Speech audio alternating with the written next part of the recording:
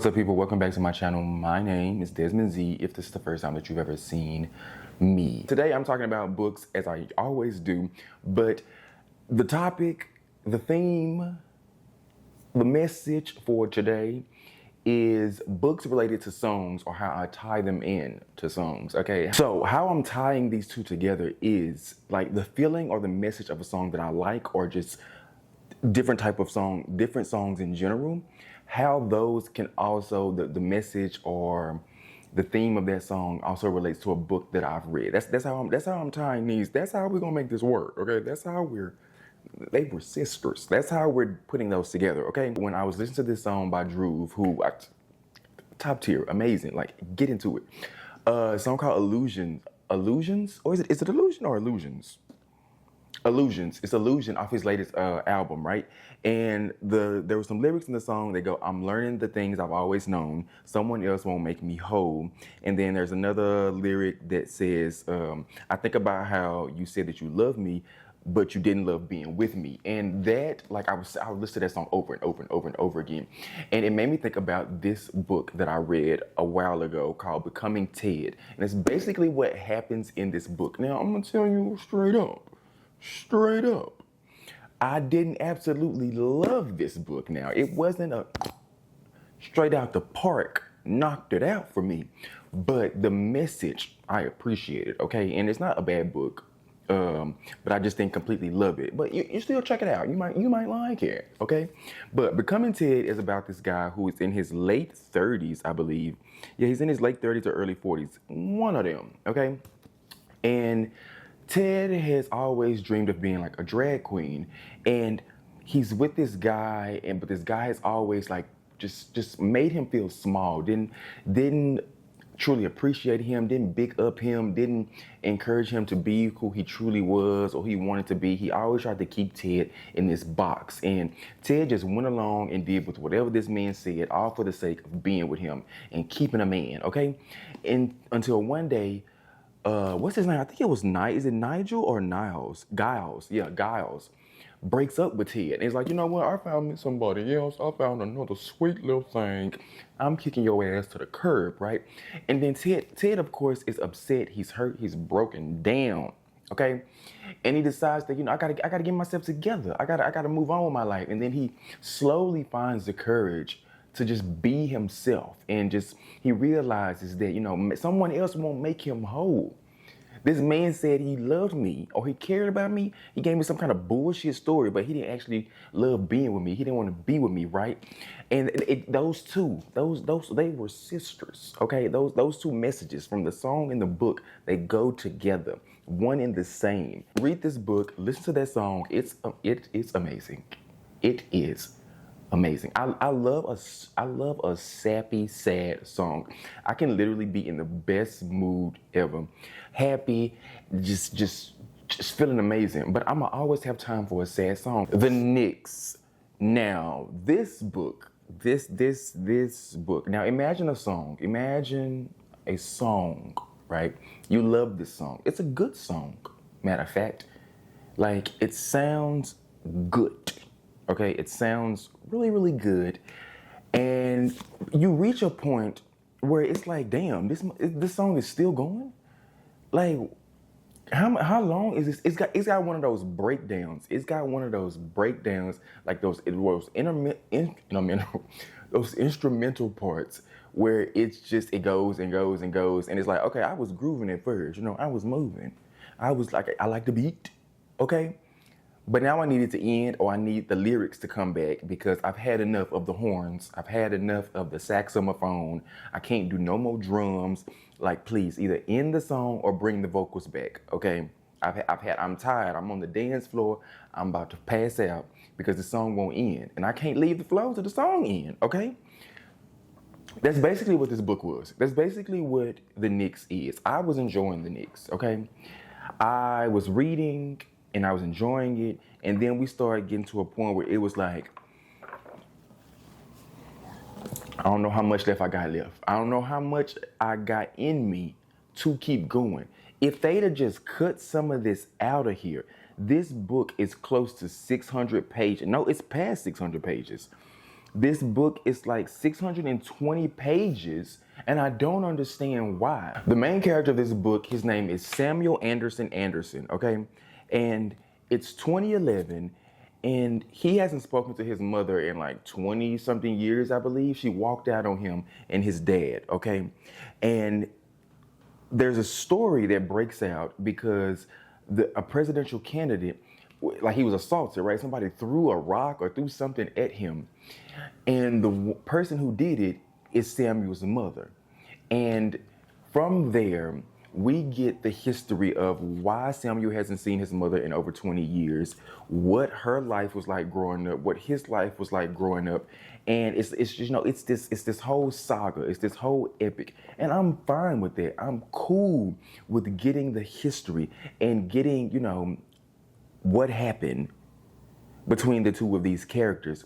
But number one, like I said, it's too long. There were parts of this book that were literally not necessary. For me as a reader, I can say there were parts of this book that were not necessary. There's this whole gaming part of it with this one character who likes to play video games, and I get the mentioning of the whole game or whatever, because that's how Samuel comes in contact with one character, and that's fine. We can use it as a setup, but then we trail off and go into a deep dive at one point into this whole game, and it doesn't matter. It did nothing for us. It did nothing for us. It was unnecessary. It was not needed. Too much filler. Please delete it immediately. Like, I was done. It upset me. It pissed me off because it was like I was doing so good. We were enjoying the writing, and it's just like, why is this necessary? Number two, I didn't really care for the mother's backstory. I felt like she just I don't know. It was just something about it was just off. I feel like either we didn't go deep enough, or it was just trauma. I don't know. There was no real resolve for her in a way. I don't know. Something about the mother character didn't feel fully developed. I think that's what I'm trying to say. She didn't feel like a fully rounded person to me personally. That's just to me. That's to me personally. I felt like I needed or wanted more for her, not necessarily from her, but for her. Like, I wanted better or more for the mom. There were parts of this book that were really funny, and the writer would go off on these tangents, but it worked. It worked for me. I also listened to this on audio. Let's do a little mix, little audio and reading, because I definitely think that, reading the physical with the audio, that definitely helps. Because the narrator does really good when the author goes off on these tangents, when either making fun of somebody or just really developing a voice for these characters. I really, really would advise doing both of them together, or just the audio. But I think doing both of them together, it'll bring it alive more, because the narrator does a really good job with creating a voice for all these different characters. I laughed out loud so many times. And so, yeah, I think overall this is a really good book. It's just too damn long. Curvy Girl Summer is about this girl named Aaliyah, right? Aaliyah. And I ain't talking about Rock the Boat, okay? But this is about Aaliyah. She's trying to find the perfect date, right? She's trying to find her a man for her upcoming birthday party, because her family is always like, girl, why you ain't got no man? She's got this crazy ass uncle who always talking to her ridiculously. He's talking to her ridiculously, okay? He's talking reckless, and I would have literally had to throw hands. I'm so upset that Aaliyah didn't take a frying pan and go upside his head, because I promise you, he was talking about her weight, talking about she ain't got no man, talking about this and that, and what she need to do to find her man and keep her man, comparing her to other people in the family, and all this. I literally would have mollywopped his ass upside the head with a cast iron skillet. I promise you that. That's what needed to happen, okay? That's what needed to happen. Okay, just one good wallop, just one good. That's all. Just a little tap on that skull would have got his ass up out of him. Talk to me nice, okay? But I don't condone violence. Please don't. But Aaliyah wants to find a man for a party, right? So she goes on all these dates and she meets them at this bar close to her apartment, right? Because she don't want, she ain't trying to be laid up at your house and have you at hers. She don't know you like that. She's trying to safety, okay?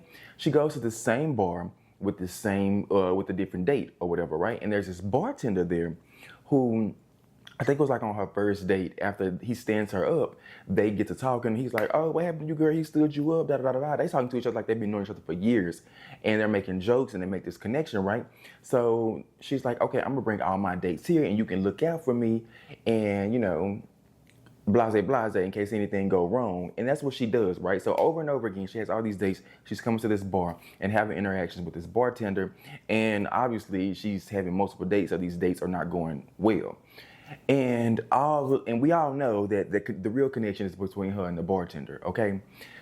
This book was like, now I know I said songs, I know I said, songs, but this is more like the song that's on that album where you listen to it and it was good. That song was good, but then you listen to the album and it's like, oh, that's all you had for me.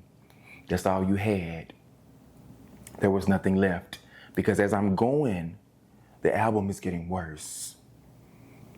It's like you fired the production team halfway through and now the rest of your shit is whack, okay? Because I was enjoying this book. First of all, I don't like books that start off with sex scenes. This book started off and they was already busting it open. They was dipping it low and spreading it wide.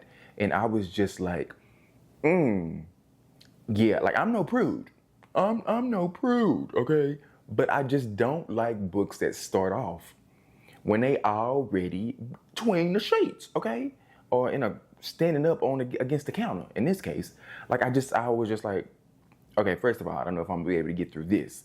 But then, it dies down a little bit because it's still very much explicit.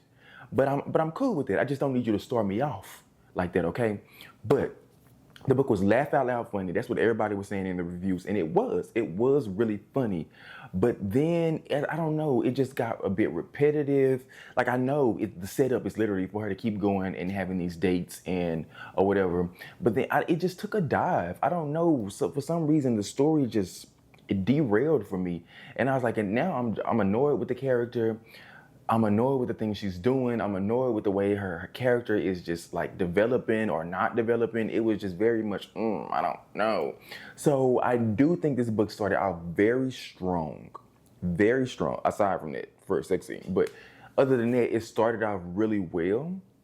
And then it was just kind of like, and I was just like, I don't know. But still think the book was very funny. And in the end, I was satisfied. Like I was happy I read the book. I'm not upset or I don't hate the book in any way. I just think it did reach a point where I was just kind of like, I feel like we're lost here. I don't know if the driver knows where we're going, or I don't know if the singer knows what direction they want to go in with their album. And they had this one good song and then the rest was just kaput. That's kind of how I feel about Curvy Girl Summer.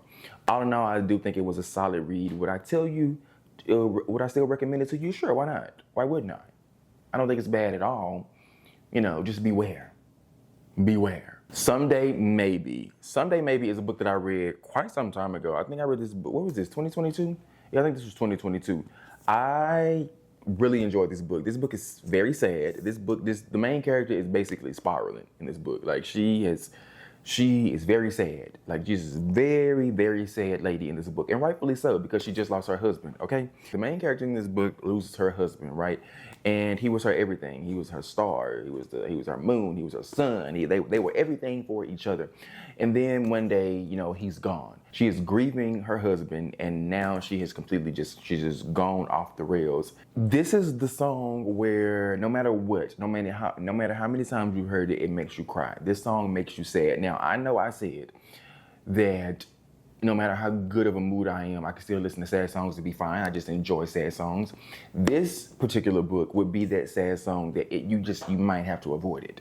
At times when you're feeling really happy, because this is the one that it'll make you sad. You will feel every single thing that the person is talking about, that they're singing about, that they're going through. And that's what this book is, because she loses her husband and she just loses it basically. And everyone around her She's lashing out. She's upset at people when they have done nothing to her, or if they say anything that she feels is offensive, that she goes off, because that's what the death of her husband does to her. It just completely takes her and rips her apart.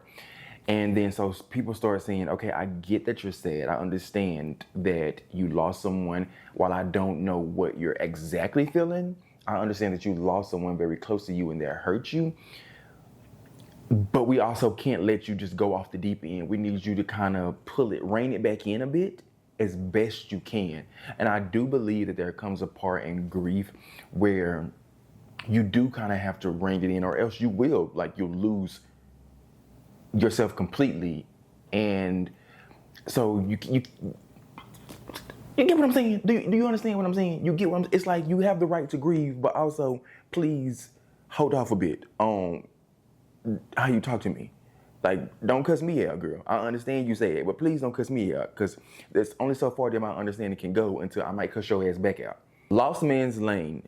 Lost Man's Lane is a book about a boy. This book is set in 1999, and the new millennium is coming up. And our main character is Marshall Miller. He is a junior or a senior in high school.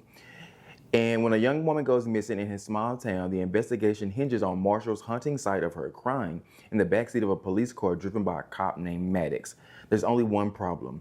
No local cop named Maddox exists, but the speeding ticket he handed to Marshall certainly does. They're like, okay, this man don't exist. You lying. You made this up. What's going on? Blase, blase, blase. You telling us that you saw her, and now we've started this whole investigation based off of your lies. So what now? I really enjoyed the writing in this book.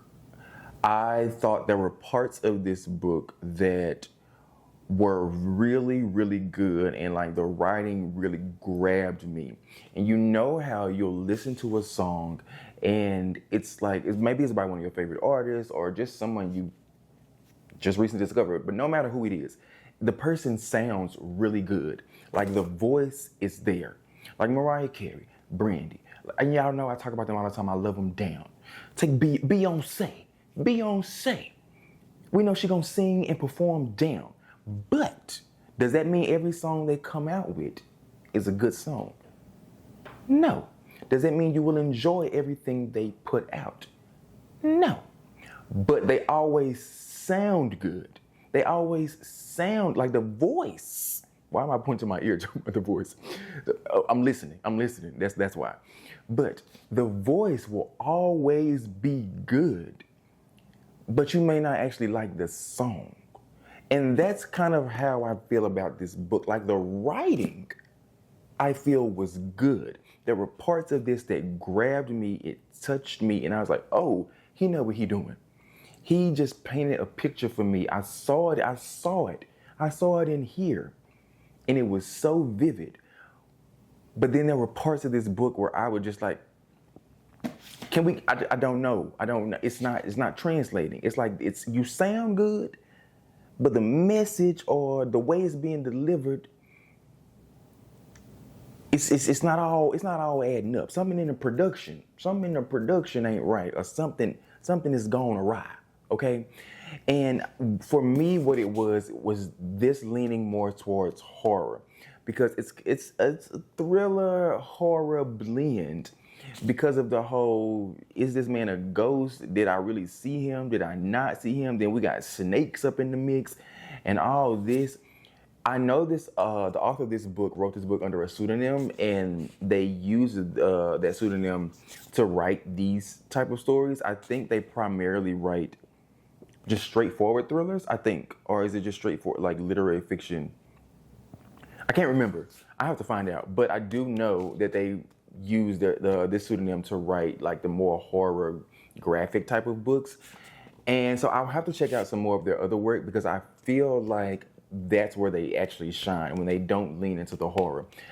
That's what really was throwing me off here. Like if this would have been straightforward, like thriller or mystery type of book, I probably would have been really into it. Because take somebody like S.A. Cosby, who writes, these action-packed like thrillers or whatever, but it's the foundation, it's still very solid. We have a solid story there, and you get invested, and you want to see where these characters go. That's how I felt about this. But then the horror aspect would come into play, and I would just be like, would I still recommend this book? Absolutely, because I think there are definitely parts, like we talk about some things that happened in the late 90s, and it grabs me the way he would describe these things,